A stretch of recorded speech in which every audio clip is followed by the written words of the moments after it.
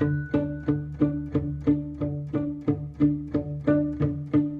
ម្ពុជាទឹកដីនៃស្នាមញញឹមអាណាចក្រអង្គរនិងការរស់រានមានជីវិតសួស្តីអ្នកទាំងអស់គ្នានៅចំកណ្ដាលអាស៊ីអាគ្នេយ៍មានប្រទេសមួយដែលសម្បូរទៅដោយភាពផ្ទុយគ្នាជាទីកន្លែងដែលអតីតកាលដ៏រុងរឿងជួបជាមួយនឹងភាពរស់រានមានជីវិតនាពេលបច្ចុប្បន្នប្រទេសកម្ពុជាមានឈ្មោះជាផ្លូវការថាព្រះរាជាណាចក្រកម្ពុជាគឺជាប្រទេសមួយស្ថិតនៅផ្នែកខាងត្បូងនៃឧបទ្វីបឥណ្ឌូចិនក្នុងតំបន់អាស៊ីអាគ្នេយ៍ប្រទេសកម្ពុជាមានផ្ទៃក្រឡាសរុប 181,1035 គីឡូម៉ែត្រការ៉េដោយមានព្រំប្រទល់ជាប់នឹងប្រទេសថៃភាគខាងលិចនិងពាយ័ព្យប្រទេសឡាវនៅភាគឦសានប្រទេសវៀតណាមនៅភាគខាងកើតនិងឈូងសមុទ្រថៃនៅភាគនិរតីរាជធានីនិងទីក្រុងដ៏ធំរបស់ប្រទេសនេះគឺរាជធានីភ្នំពេញកម្ពុជាមិនត្រឹមតែជាផ្ទះនៃប្រាសាទដ៏មហិមាក្នុងលោកប៉ុណ្ណោះទេប៉ុន្តែក៏ជាទឹកដីនៃស្នាមញញឹមនិងក្តីសង្ឃឹមឡើងវិញបន្ទាប់ពីឆ្លងកាត់ការលំបាកជាច្រើនភូមិសាស្ត្រព្រះរាជាណាចក្រកម្ពុជាមានទីតាំងស្ថិតនៅភូមិភាគអាស៊ីអាគ្នេយ៍ខាងត្បូងឧបទ្វីបឥណ្ឌូចិនព្រះរាជាណាចក្រកម្ពុជាជាប្រទេសធំទី8ក្នុងចំណោមប្រទេសទាំង10របស់អាស៊ានភូមិសាស្ត្ររបស់កម្ពុជាត្រូវបានកំណត់ដោយប្រព័ន្ធទឹកដ៏ធំពីរគឺទន្លេមេគង្គនិងបឹងទន្លេសាបបឹងទន្លេសាបគឺជាបឹងទឹកសាបធំជាងគេបំផុតនៅអាស៊ីអាគ្នេយ៍លក្ខណៈពិសេសរបស់វាគឺការផ្លាស់ប្ដូរទិសដៅនៃលំហូរទឹកតាមរដូវដែលជាបាតុភូតដ៏អស្ចារ្យនៅរដូវវស្សាបឹងរីកធំទ្វេដងផ្ដល់នូវប្រភពត្រីនិងដីល្បាប់ដ៏សម្បូរបែបទន្លេមេគង្គវាជាសរសៃឈាមសំខាន់ដែលផ្ដល់ទឹកនិងដីល្បាប់សម្រាប់ដាំដុះស្រូវដែលជាអាហារចម្បងរបស់ជាតិភូមិសាស្ត្រដ៏មានជីវជាតិបែបនេះហើយដែលបានចិញ្ចឹមបីបាច់អាណាចក្រខ្មែរដ៏អស្ចារ្យនៅសម័យបុរាណ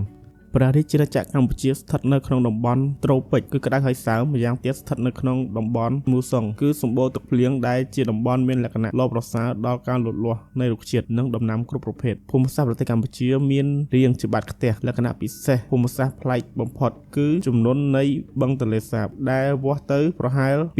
2,590 គីឡូម៉ែត្រការ៉េអំឡុងរដូវប្រាំងនិងរីកឡើងប្រហែល 24,605 គីឡូម៉ែត្រការ៉េក្នុងអំឡុងរដូវវស្សានេះបាននាំឲ្យមានមនុស្សរស់នៅជាច្រើននៅវាលទំនាបដែលត្រូវទុកសម្រាប់ដាំដុះស្រូវឡើងទឹកជាដែនដីបេះដូងនៃកម្ពុជាភាគច្រើននៃតំបន់នេះត្រូវបានគេកំណត់ជាតំបន់អភិរក្សជីវមណ្ឌលក្រៅពីនេះប្រទេសកម្ពុជាពុំដែលទទួលនៅគ្រោះធម្មជាតិធំៗណាមួយទេដូចជាបន្ទុះភ្នំភ្លើងរំជួយដីប្រវត្តិសាស្ត្រក្នុងអំឡុងសតវត្សទី3ទី4និងទី5រមណីយកម្មនៃនគរភ្នំនិងរដ្ឋនគរចេនឡាតគឺជារដ្ឋមួយដែលមានទឹកដីនៅកម្ពុជាសម័យបច្ចុប្បន្ននិងវៀតណាមនៅភាគនិរតីសពថ្ងៃនេះអស់រយៈពេលជិត 2,000 ឆ្នាំកម្ពុជាបានស្រូបយកឥទ្ធិពលពីឥណ្ឌាហើយបានបន្តជះឥទ្ធិពលនេះទៅអរិយធម៌អាស៊ីអាគ្នេយ៍ដទៃទៀតបច្ចុប្បន្ននេះរួមមានប្រទេសថៃនិងឡាវសម័យមុនអង្គរនិងសម័យអង្គររាជាណាចក្រខ្មែរបានធំធាត់ឡើងចេញពីការបន្សល់ទុកទាំងប៉ុន្មានពីចេនឡាហើយបានប្រែកាន់តែរឹងមាំឡើងនៅឆ្នាំ802នៅពេលដែលព្រះបាទជ័យវរ្ម័នទី2ឡើងសោយរាជ្យនៅឆ្នាំ790ដល់ឆ្នាំ850បានប្រកាសឯករាជ្យពីជ្វានិងប្រកាសព្រះអង្គជាទេវរាជ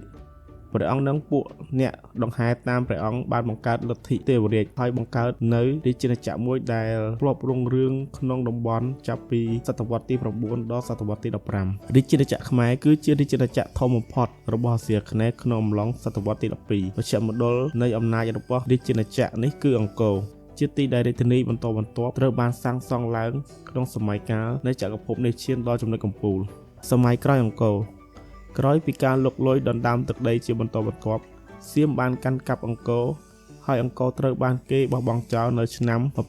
1432ចក្រភពនេះទោះបីជាមានអានុភាពក៏ដោយក៏នៅតែមានកម្លាំងសំខាន់ក្នុងតំបន់រហូតដល់ការធ្លាក់ចុះរបស់ខ្លួននៅសតវត្សទី15បន្ទាប់ពីសង្គ្រាមជាបន្តបន្ទាប់ជាមួយនគរជិតខាងអយុធ្យានៅឆ្នាំ1432ព្រះមហាក្សត្រខ្មែរបានធ្វើការផ្លាស់ប្ដូររាជធានីចាក់ចេញពីអង្គរគឺដោយសារតែការថមថយនៃបរិស្ថាននិងហេដ្ឋារចនាសម្ព័ន្ធត្រូវបានខូចខាតនៅតំបន់អង្គរប្រទេសកម្ពុជាឈានចូលក្នុងយុគសម័យក្រោយអង្គរក្នុងសតវត្សទី14 នៅក្នុងសតវត្សទី19ការដណ្ដើមគ្នាសារជាថ្មីរវាងសៀមនិងយួនដើម្បីគ្រប់គ្រងកម្ពុជាជាហេតុនាំឲ្យមានសម័យកាលមួយដែលពេលនោះពួកមន្ត្រីរាជការយួនបានប៉ុនប៉ងបង្ខំឲ្យខ្មែរកាន់ទំនៀមទម្លាប់របស់យួនហេតុនេះបានជានាំឲ្យមានការបះបោរជាច្រើនប្រឆាំងនឹងពួកយួននិងអំពាវនាវឲ្យរកជំនួយពីសៀមសង្គ្រាមសៀមយួន1841ដល់1845មរភូមិបានបញ្ចប់ជាមួយនឹងកិច្ចព្រមព្រៀងមួយដែលដាក់ប្រទេសនេះនៅក្រោមភាពរួមគ្នារឿងនេះបន្ទាប់មកទៀតបាននាំឲ្យមានការចុះហត្ថលេខាសន្ធិសញ្ញាមួយមានការការពាររបស់បារាំងនៅកម្ពុជាដោយព្រះបាទនរោត្តមអាណានិគមបារាំងកម្ពុជាស្ថិតនៅក្រោមអាណាព្យាបាលបារាំងជិត100ឆ្នាំគឺចាប់ពីឆ្នាំ1863ដល់ឆ្នាំ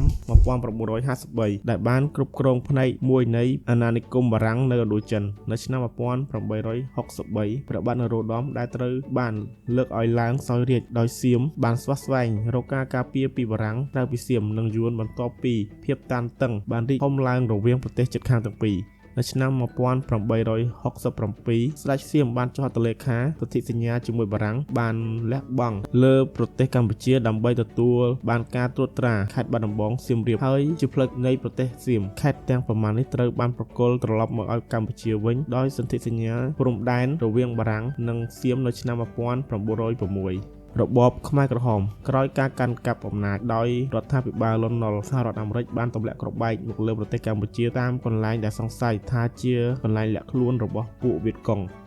ខ្មែរក្រហមបានឈានជើងមកដល់ភ្នំពេញនិងដណ្ដើមបានអំណាចនៅឆ្នាំ1975របបនេះបានដឹកនាំដោយប៉ុល ពតបានផ្លាស់ប្ដូរឈ្មោះជាផ្លូវការទៅជាកម្ពុជាប្រជាធិបតេយ្យរបបនេះបានយកគំរូតាមចិនម៉ៅស៊ីតុងសម័យមហាលុតផ្លោះរបបនេះបានជម្លៀសប្រជាជនចេញពីទីក្រុងនិងបញ្ជូនប្រជាជនតាមរយៈការធ្វើដំណើរដោយបង្ខំទៅតាមគម្រោងការធ្វើការនៅជនបទពួកគេបានព្យាយាមកសាងកសិកម្មប្រទេសនេះឡើងវិញលើគំរូនៃសតវត្សទី11និងបានបំផ្លិចបំផ្លាញវត្តអារាមបណ្ណាល័យនិងអ្វីៗដែលបានចាត់ទុកថាជារបស់លោកខាងលិចនិងការធ្វើការហួសកំណត់ការអត់ឃ្លាននិងជំងឺការកាន់កាប់របស់វៀតណាមនិងសម័យអន្តរកាលនៅខែវិច្ឆិកាឆ្នាំ1978កងទ័ពវៀតណាមបានលុកលុយកម្ពុជាជាការឆ្លើយតបនឹងការវាយឆ្មក់តាមព្រំដែនដោយពួកខ្មែរក្រហមហើយបន្តកាន់កាប់ប្រទេសកម្ពុជារហូតដល់ឆ្នាំ1989នយោបាយតាមរយៈរដ្ឋធម្មនុញ្ញនៃប្រជាណាចក្រកម្ពុជាឆ្នាំ1993ប្រទេសកម្ពុជាកាន់របបប្រជាធិបតេយ្យរាជានិយមសេរីភូប៉ាអាស្រ័យរដ្ឋធម្មនុញ្ញរួមមានអំណាចធំ4អំណាចនីតិប្រតិបត្តិអំណាចនីតិបញ្ញត្តិអំណាចតុលាការនិងអំណាចសារព័ត៌មានអំណាចនីតិប្រតិបត្តិគឺជាអំណាចអនុវត្តច្បាប់អំណាចនីតិបញ្ញត្តិគឺជាអំណាចអនុម័តនិងរៀបចំច្បាប់អំណាចតុលាការគឺជាអំណាចវិនិច្ឆ័យបុគ្គលតាមច្បាប់អំណាចសារព័ត៌មានគឺជាអំណាចបញ្ចេញមតិសេដ្ឋកិច្ចប្រទេសកម្ពុជាប្រើប្រាស់ប្រាក់រៀលកម្ពុជាជារូបិយប័ណ្ណជាតិរបស់ខ្លួនទោះបីជាការរីកចម្រើនថ្មីនេះក៏ដោយក៏សេដ្ឋកិច្ចកម្ពុជានៅតែរងឥទ្ធិពលអាក្រក់ពីសង្គ្រាមស៊ីវិលចំនួនផ្ទៃក្នុងនិងអំពើពុករលួយចំណូលបានកើនឡើងយ៉ាងឆាប់រហ័សតែនៅមានកម្រិតទាបនៅឡើយបើធៀបជាមួយនឹងប្រទេសជិតខាងក្នុងតំបន់ដែលគូសេដ្ឋកិច្ចសំខាន់សម្រាប់ការនាំចេញរួមមានសហរដ្ឋអាមេរិកសិង្ហបុរីជប៉ុនថៃចិនឥណ្ឌូនេស៊ីនិងប្រទេសម៉ាឡេស៊ីកម្ពុជាគឺជាប្រទេសមួយក្នុងចំណោមប្រទេសដែលក្រីក្របំផុតក្នុងពិភពលោកនៅឆ្នាំ1999ផលិតផលក្នុងស្រុកសរុបរបស់កម្ពុជាគឺ$3,100 លានដែលគិតក្នុងមនុស្សម្នាក់$270ពលគឺស្ថិតនៅក្នុងចំណោមប្រទេសដែលមានអត្រាទាបបំផុតក្នុងលោកសប្តាហ៍ថ្ងៃនេះកម្ពុជាគឺជាប្រទេសដែលកំពុងកសាងយ៉ាងលឿនទីក្រុងភ្នំពេញគឺជារាជធានីដ៏រស់រវើកពោរពេញទៅដោយឱកាសនិងយុវជន